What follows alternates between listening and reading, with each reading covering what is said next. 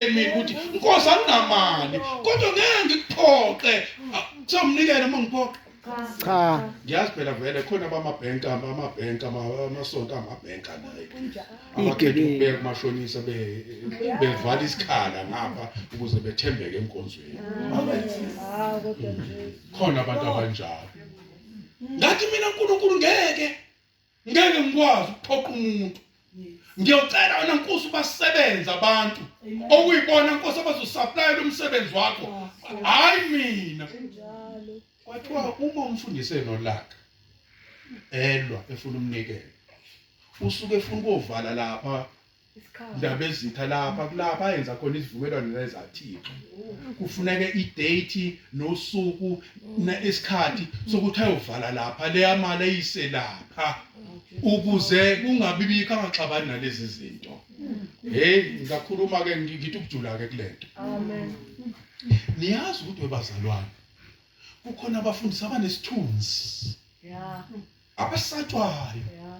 akusatshwa uJesu Unjalo. usatshwa lo mfundisi uma iqhamuka ukuthi abantu abachame Ah, babamba bayimpintsha uma iqhamuka lo mfundisi unesithunzi nje yini benesithunzi abanye bahambile baye eNigeria ngizuyishekele emfula abafike beqilwe kuyona benze kuyona imkhuba abanye bashone phansi olwandle bafike benze imkhuba khona abanye bazalwane basebenzise amanzi ezidumbu amanzi esidumbu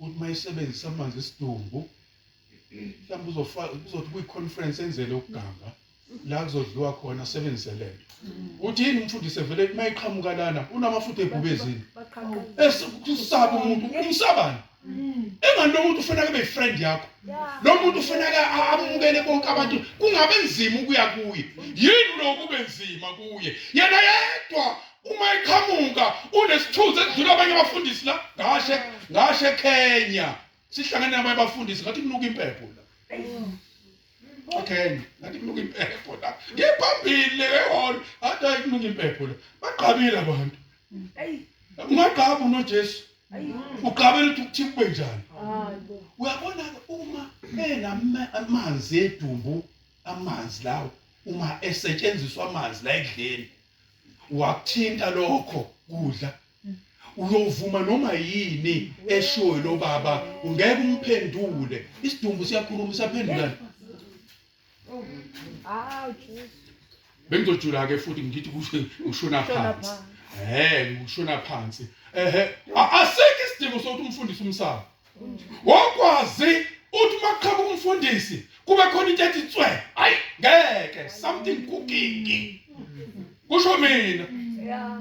hayi bengangithakatha mabethanda hayi bohluleka kusho mina uma qhamuka umfundisi kube khona into ethi tswe wakwazi ukuthi ngeke ikhona into ethi tswe mawukhuluma ngoJesu maqhamuka lokho into ethi tswe how come kwenzekeni Amen. bese nomfundisi ustekeni lapha kasiza abantu ubaba ube kumngani wethu akukho nje ukuthi ube kumlungu siyamsaba uyaxoxa ufriendly laba abafundisi abasabekayo thina masikubafundisi siba nenkinga bazalwane sibekwe laphana uzwa ngazathi ama-perfumes kanti hayi kufakwa ama-perfumes phezu kwento kuvalwa leli iphunga ngama-perfumes yezwa khona into njani yabuza Amen. awuzwa ukuthi hayi ama-perfumes wona kodwa khona liphunganyana nje elikhona kuvalwe nge-perfumes hayi bo kuyathakatha emnyango uma uJesu nje umoya ongcwele engaliholi ibandla liba nalezi zinkinga uma nje ibandla lingaholwa umoya ongcwele kuba nalenkinga le ngishoyo uzwe ukuthi hayi uhlobo lwile ama-perfumes lona kodwa ngazathi kunempepho phakathi hayi ngazathi kunesitilomu esikhona kodwa ne-perfumes ikho asikho isidingo sokuthi ngisabe umfundisi asikho isidingo esinjalo asikho ngiyasho ukuthi asikho kunesithunzi sani Amen. esani isithunzi umfundisi sani Esokuthusana. Hey. Unesithunzi. Bazalwane. Kanjani? Angizwele kuthiwa kushunyelwe endlini. Ake sifunde le ncwadi bazalwane. Ngifuna ukufundisa nje mina kuphela ngihamba. Asifunde incwadi ngokukaJohane 16. Umsebenzi kaMoya Oyingcwele. Ngifuna ukufunda ukuze sifunde lapho ngokukaJohane chapter 16. Angazi ukuthi uvesi bani kodwa isihloko sithi umsebenzi kaMoya Oyingcwele. Jehova ngikuthembile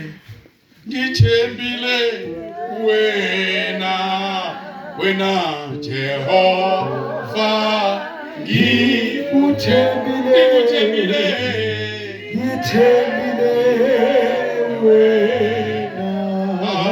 wena Jehova ngikuthembile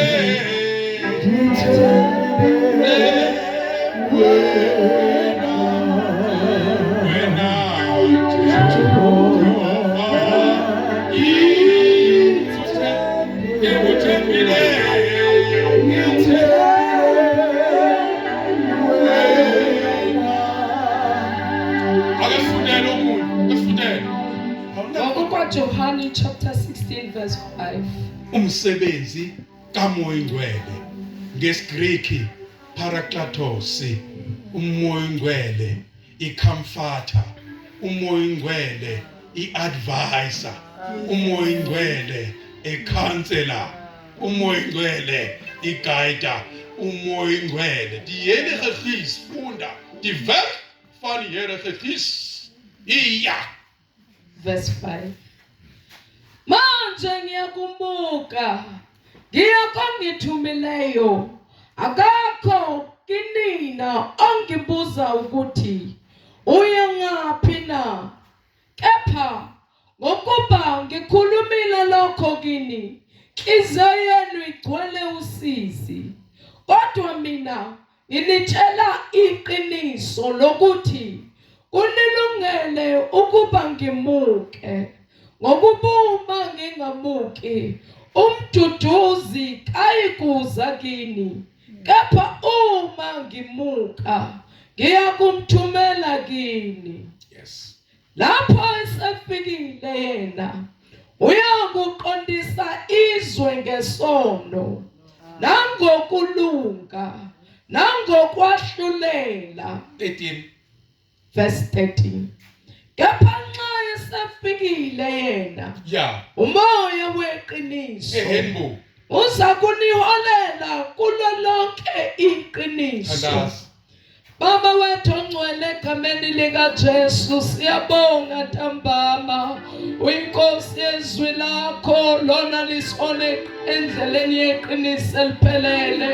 Siyabonga thwala lensindiso yethu ngalizwi lakho lilethele kanyeni ukuphila nongaphuphi ngegama likaJesu Kristu waseNazaretha. Dala ngalokusana namuhla ebusuku silalele vula indlebe yethu khephula inhliziyo yethu ngalizwi lakho thwala umkhonzi wezwi lakho ngegama likaJesu Kristu. Haleluya. ibale kaSihuwa ifunda ngesingisi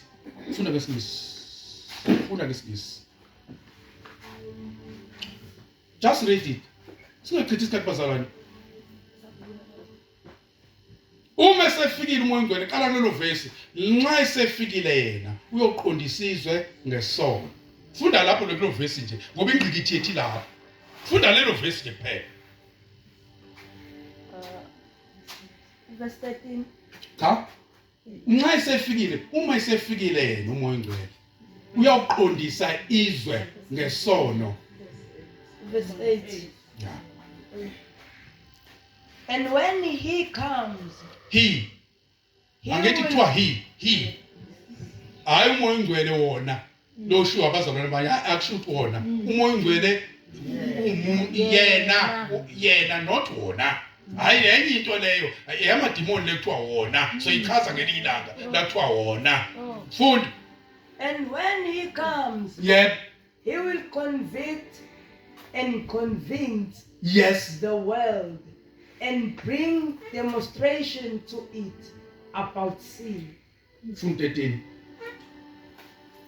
Ngaqedela Hayi fund 13 yahla qhudonga iya 13. Sufundile manje. verse 13. Yes. But when he, the Spirit of truth, Yes. the truth-giving Spirit, Yes. comes, he will guide you into all the truth, the whole full truth. For he will not speak his own message on his own authority, Yeah. but he will tell whatever he hears from the Father. He will give the message that has been given to him, and he will announce and declare to you the things that are to come, that will happen in the future. Siyabonga. Umoya ongcwele. Yini umoya ongcwele? Sokukhulunywa ngani bazalwane bokhulunywa ngani? Webafowethu, kade ngitshela abazalwane leni ngithi mina umuntu bazalwane ongalazi iphimbo kaNkulunkulu umzalwane ukutrouble lesi sikhathi. Amen. Uma uzogcina nje kuphela uNkulunkulu kumazi ngeBhayibheli nje kuphela. Amen. Angakhulumi kuwe. Hayi usenkingeni ngoba iBhayibheli yakhohlakala lesi sikhathi. Amen. Kodwa into kuwe ekhuluma nawe ayikhohlwa lonto. Amen. Njalo. Uma ukukholwa kwakho kuphelele leBhayibhelini kuphela kungekho okunye okukhulumayo hayi usenkingeni. Amen. Akuyinhlamba akulihlazo emhlabeni abantu bethu banomoya ongcwele. Amen. Uma uthi uyalandela azikho impawu zikamoya ongcwele azishoyo lo mzalwane. Amen. Yebo uyakwitiza. Yebo mhlambe unendledlanyana ethile. Noma unento ngiyangizwe mina abaculi. Ngiyangizwe abaculi ndaba ezitha mayicula umculi. Mhlambe waqopha iculo lakhe ekunomoya othile. Usecula ngalowo moya njalo usethongena umoya ongcwele usolokhu nje efaka ukhathaphila ukhathaphila. Uzocula nje kanjalo ufaka lokho. Ngithi wazwa extella lo muntu webandla endaweni wrong kanjani. Niyazi bazalwane? Amen. Ngithi awufunde uMatheyu 12 uverse 31 yini. Ngifuna namhlanje bazalwane siphume sichithi izandla. Matthew noma uLuka 12 uverse 10. Luka 12 uverse 12. Ngixolela mangasho kona iBhayibheli ulazi ngenxa kamoya. Mongekho umoya uyakhohlwa ikho konke. Luka chapter 12 verse 10 full. Verse 10. Yeah. Nalawo okhuluma izwi elibi ngendodana yomuntu. Umuntu okhuluma izwi libe ethuka uJesu embiza ngayo yonke into. Yes. Uyothethelelwa lo muntu. Kepha ohlambalaza umoya ongcwele kayikuthethelelwa. Kusho mina nibazalwane. Umuntu ohlambalaza umoya ongcwele othethelelwa. Thina safundiswa ke wasiza abantu ukuthi ngingasho ukuthi umoya ongcwele uthi hayi ngase umoya ongcwele abazalwane ungitshela ukuthi hayi safundiswa kwathiwa ungasho njalo. Amen. Wothi kukhona okufika enhlizweni yami. Amen. Phephile. Finish and clear. Ngoba uzothi umoya ongcwele siswami kanti ayisitele ngempela. Umoya oSathane usebenzisa wena. Kunabantu bazalwane abantu banomoya ongcwele kanti ama feelings ufila kanjalo kube sengazathi ngathi. Athi umoya ongcwele. Asho ngokucabanga kwakhe. Usehlambalazile. Akona umoya ongcwele. Umoya ongcwele lo. Hawu. Hey bengisegoli mina kulabantu abadayisa imizimba. ngiye uNkulunkulu kukhona into engibiza lapho nje ngizazi zonke lezi ndawo zabantu abadayisayo eThekwini ePoint eGoli eBeitbridge umubheke eZimbabwe eCape Town ngiya lapho naseKokstad ngaphelezelwa amaphoyisa befuna ukungibulala bethi ngeke indlela yethu sihlaka lendlela uyangizwa bafake ingubo abanye eziyisefo ingubo lana esithweni sangasese kunenhliziyo enkulu ebhala ukuthi I love you le ngubo iyakhanya ngiyakhuluma manje ukuze khangise njengoba kuthiwa ngezulu iye ngandoda kufanele kube nezinto ezizokhangisa zidonsa indoda akufanele nje adodayise kungababikho into ezodonsa indoda uma egoba imlenze akagobi idoni ugoba imithe phambili ezokwenza ukuthi imlenze ithophe ivuthwe imlenze ihehe indoda imlenze ayidoni uzogoba imithe odwa phesheya yokuthi imlenze yakhe icwebezele kube sengazathi virgin intombi into uyangizwa usebhizinisini akakwazi ukwenza ngenye indlela usebhizinisini business liyana ngoba ufuna ukwenza sure ukuthi indoda efika kuyena ayisabuyeli kumkayo uzoba nezinto akayisebenzisayo ukuthi nje abe intombi ithi indoda noma yiphi efikile kuyena angalala namadoda amangakanani kodwa uzosebenzisa lokhu ukuthi ahlale ivirgin ukuze indoda mayifika kuyena isangane usebhizinisini uyadayisa ngeke umkhuzo okubulala okuthengela inkabi angithi namhlanje abafundisi bagadi ukuthi bagadiswa yini leli qiniso elikhulumayo abanye babo abanye adona leli qiniso balala nabafazi babantu bahlala befunwa hayi ukuthi bagadwe nje baqhwaga abafazi babantu usebenzisa iopportunity yokuthi yena umfundisi abantu ngokumhlonipha kwakhe bese geza ngesiphoso ukuthi uyabagezela ebese delela enza lento ukuthatha umkamuntu umfundisi enza lemkhuba le egange mina ngangitshela abantu lapha emsebenzini kade ngisebenza lapha ejele ngithi kungcono ukuthi ingcono iring ngevela uyishise iring uyifake umlilo uyigcobe ngesando ukunokuthi ugange ufake iring ngoba iring isivumelwano iring ngithi uyibona iring amen ikhonani isign laqala khona iring la egcina khona ayibonakala ngisho iringi into ivumelwane into ethule nje akukho la iqala khona akukho la igcina khona uyakuzwa ukufaka iringi yakuzwa amen awukwazi ube nenkinga ufaka iringi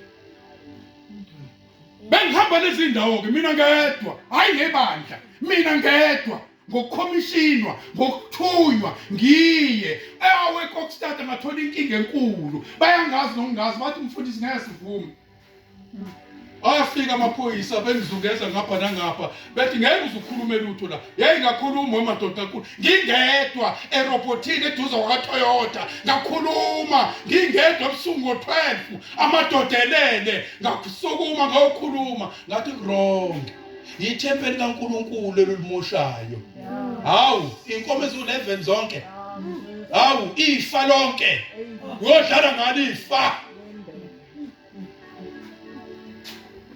isimanga abantu abayipendayo emlonyeni abanenzipho ezinde abanye emashiya angawona wabo ufaka amashiya phezulu kwamashiya into enganangqondo nje unamashiya kodwa ufaka amashiya amanye unenzipho ufake ezinye inzipho unenwele ufake ezinye kodwa unazo inwele uyoganga athani nomoya ingcwele yebo ingcwele nomoya ingcwele ano emasontweni la eGoli mthathe noma niye lapha eThekwini nibona amasonto aholwa abafundisi ukuthi kuneqopha mithi awazi noma iqhimini noma into uyipendile unembala emithathu eyedwa ayi nomoya ingcwele yazi intuni Ihlombe ngenhle. Letha ngene inkankani. Enzansi into ongayichazi kahle. Uyigabe idatha yedwa. Athi kodwa unomoya ingcwele bazali. Yini umoya ingcwele? Kanti umoya ingcwele yini? Ohlambalaza umoya othuka indodana yomuntu othethelwe. Kodwa ohlambalaza umoya ingcwele ngeke kuleli nakwelizayo. Funda Mateyu 12. Uma ngayo 31 bafuthi nomxolelo.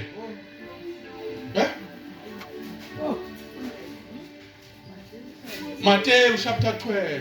Angazi noma verse 31 noma 30 ufunde lapho nje. Funda lapho. Kodwa yilento ngikhuluma ngokuhlambalaza ke manje. Uyahlambalaza. Verse 31. Yeah. Okoko Mateyu chapter 12 verse 31. Yes. Ngalokho ngithi kini abantu bayakuthethelelwa zonke izono nokuhlambalaza. Kepha ukuhlambalaza umoya akuyi kuthethelelwa. Niyezwa yini makholo? Niyezwa yini? Funda. Verse 31. Ngalokho ngithi kini abantu bayakuthethelelwa zonke izono nokuhlambalaza. Yeah. Kepha ukuhlambalaza umoya akuyi kuthethelelwa. Kuleli nakwe? Verse 32. Yes. Yilawo nalawo akhuluma izwi elimelane nendodana yomuntu uyakuthethelelwa.